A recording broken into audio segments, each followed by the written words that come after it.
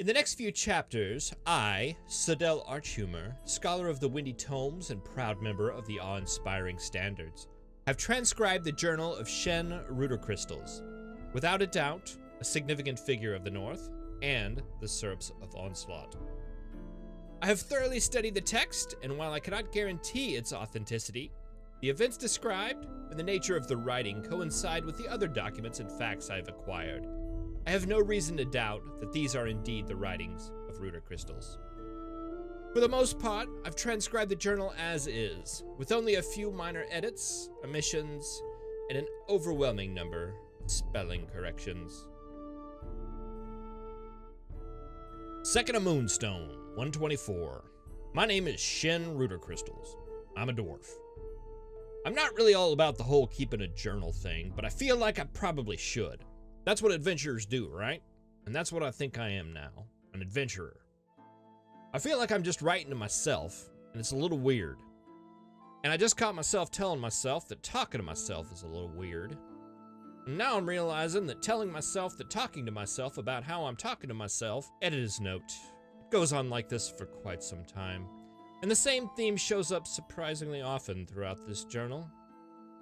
I've decided to omit these entries and save the existential ponderings for more philosophical works.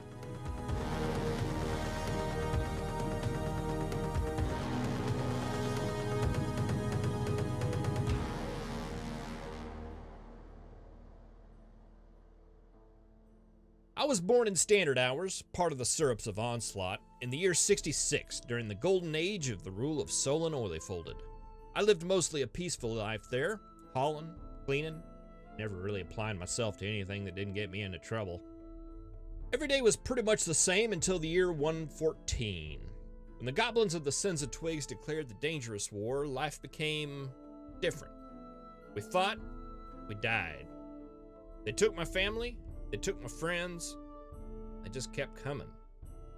When they finally came in 115, announcing that we were part of the Sins of Twigs now, most of the remaining dwarves were actually relieved. They'd already been defeated months ago. This just meant they no longer had to fight. With the goblins in charge, everything changed, and very little changed. I was still cleaning and hauling, but now I was doing it to bring glory to the Sins of Twigs. I know this because there was always a goblin around to remind me of that, usually while pointing a whip or pike in my direction.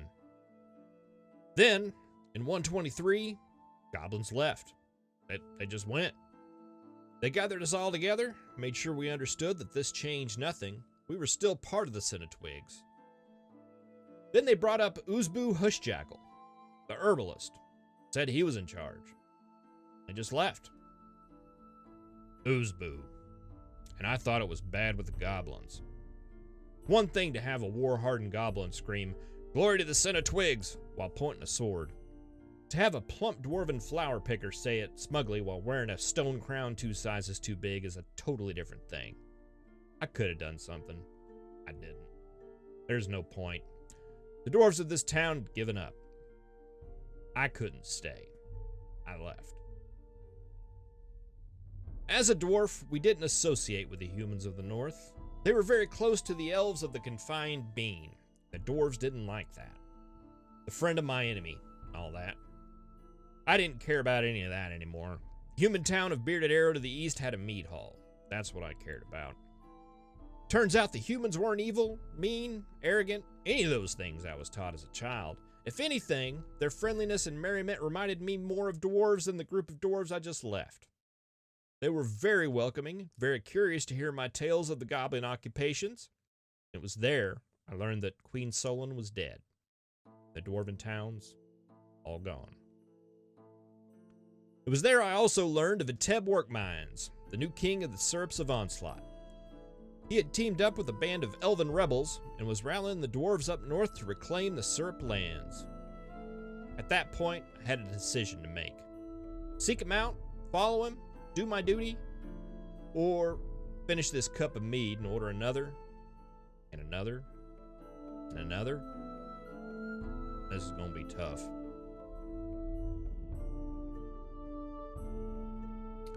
15th of Granite, 125. I've arrived at Urge Lilacs, and I'm alone. Tents are here, even the fires are still burning.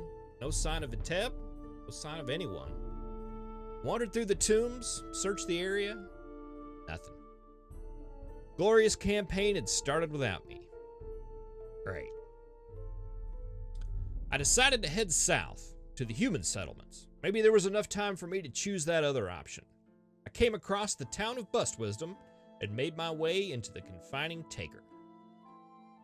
It was there I met Ago, Stipoth, and Amex, 3 human warriors who were there to do exactly what I was doing, looking for their next move at the bottom of a mead cup.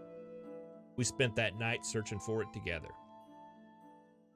Ago had mentioned that Eteb and his group passed through here headed south. He figured he was headed down to Trammel. Made sense to me.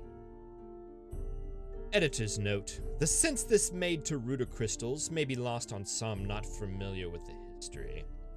Trammel was founded by the humans from the Pale Union, but was taken over early on, and at this time was controlled by the Brushed Waxes. The Contained Beings and the Brushed Waxes, while both northern elves, had a shaky relationship. The Waxes consider the Beings rude and overly aggressive, while the Beings see the Waxes as soft, arrogant fools. The Syrups had a small war with the Brushed Waxes, but bygones had been bygones. The Contained Beings, however, have been in a perpetual state of war with the Dwarves since the year 12, with only a brief period of peace during Solon's rule. While never really warring, the Waxes resented the Beings for their cruel hatred of the Dwarves, and only the Dwarves. They resented that the Beings wouldn't lift a finger to help with the conflicts all races have had with the goblins and forgotten beasts of the lands. Seeing that Eteb was working with a group of Being rebels, it would be possible that the Waxes may be sympathetic to his cause. Trammel was also where Eteb had originally met up with Avi and the rebels, so it would make sense that he may be headed in that direction. So that's where I'll go, to Trammel, and seek out Eteb work mines, and offer my service. The humans have said they wish to join me. The more the merrier, I suppose.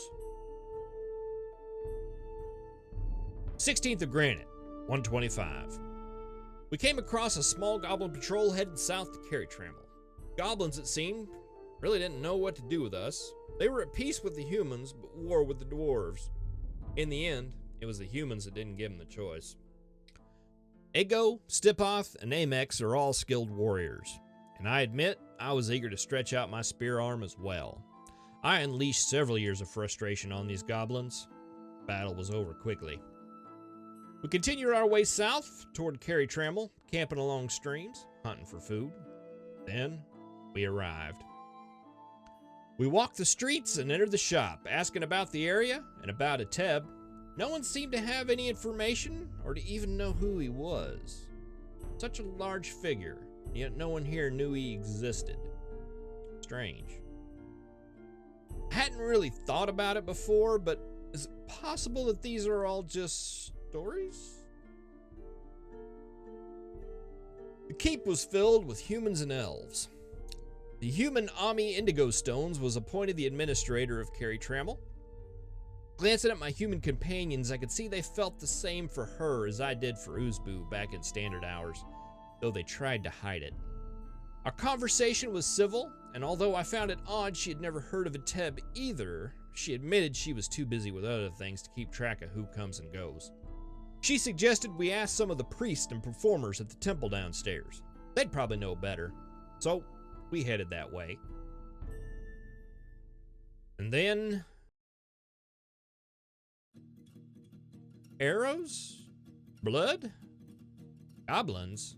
What was going on? Did we run across a band of thieves? A raid?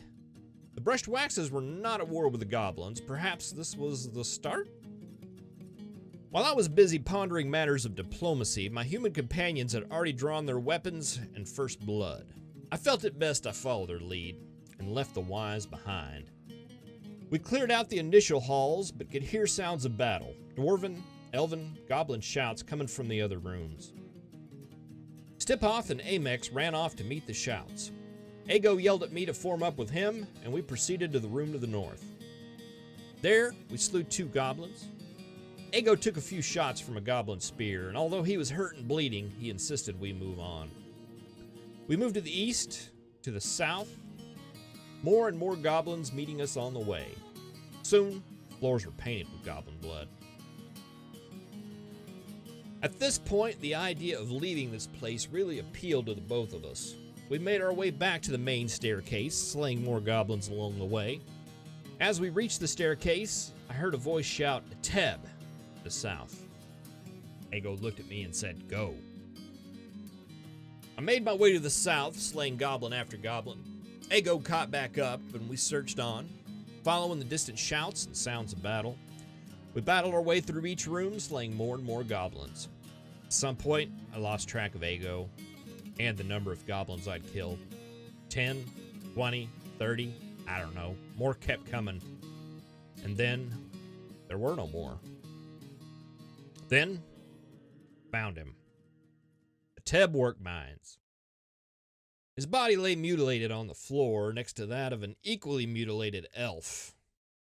Was this the goblin's purpose? What does this mean? Who is this elf? Is this really my concern at all? I don't have a cause. I don't have a mission. I was here to gain those things from a Teb, and now he's gone. I should probably tell somebody. Perhaps that's my mission? My purpose? I don't know who to tell. I don't have connections. Treachery is obviously afoot. Who do I trust? Avi Drillgale, the elven rebel a Teb was working with. Or Latas Notchportal, a Teb's general.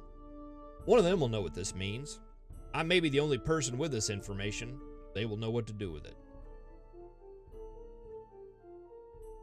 On the way out, I found Ego. He had succumbed to his wounds. I found Stipoth and Amex as well, sharing a similar fate. They were friends, good warriors. They'll be missed, remembered. I left Carrie Trammell. I considered talking with the administrator again, just to report what happened, but were they in on it? How did they not know about a dwarven king they had in their castle? Especially one with a goblin squad assigned to kill him. No, I figured it best just to leave.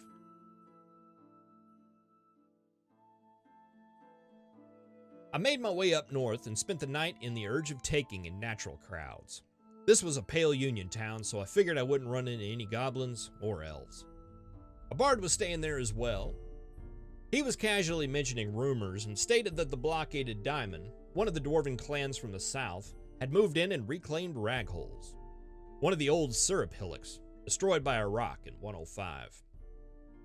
It's hard to pry for information while trying really hard not to look like you're prying for information, so I asked as casually as I could what the interest the southern dwarves would have in the northern lands. He said King Ateb had sent word to all the southern dwarven lands, asking for assistance.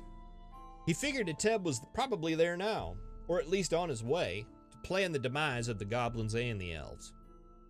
No, he wasn't, but I didn't make mention of it. That did seem like a good place to start looking, however. Perhaps Latash and Avi would be there, meeting with the generals of the blockaded Diamond, planning a great conquest. I traveled north. On the journey, I'd concocted a list of things to expect when I arrived, just to prepare myself. I'd pictured banners and armies, ready to take back the north. I'd pictured a large dragon scouring through the burnt ruins of Ragholes. I'd pictured even a larger goblin ambush, sent to kill Avi and Latast at the same time. And then, I'd pictured nothing, an abandoned hillocks where everyone had moved on. I was prepared for anything. Except, of course, what happened when I arrived. Apparently, word travels fast in Sil Arkoth. I heard chattering from outside the civic mound, but when I entered, the talking ceased. All eyes were fixed on me as I walked in. A thin, flat-eared dwarvish woman walked up to me and said, "I am Thofala Ernwinded. I am the mayor of Ragholes. Welcome, abysmal flesh of pillars." Abysmal who's a what's-a? Apparently that's what the dwarves had taken to calling me. According to their story, I was a trusted friend to Ateb.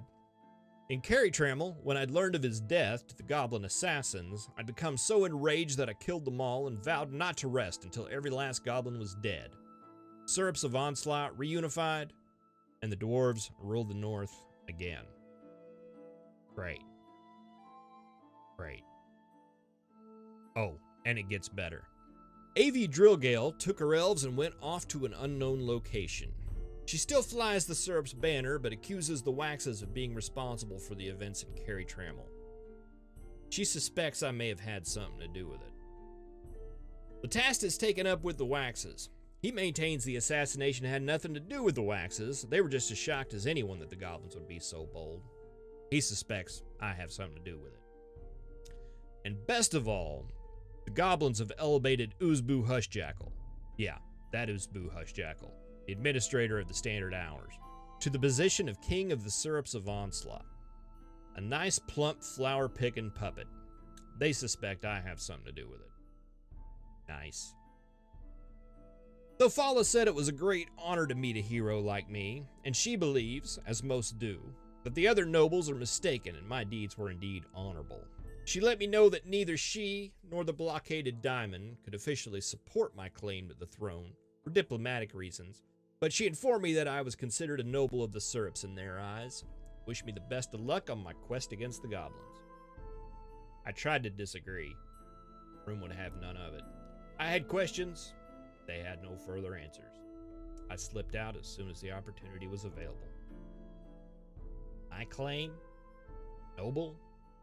Hero? What have I got myself into? I should have just stayed at the Lone City Meat Hall in Bearded Arrow. Wait a minute. That's just a short walk to the east. So that's where I'm going. Big Dern Hero. Ain't I just?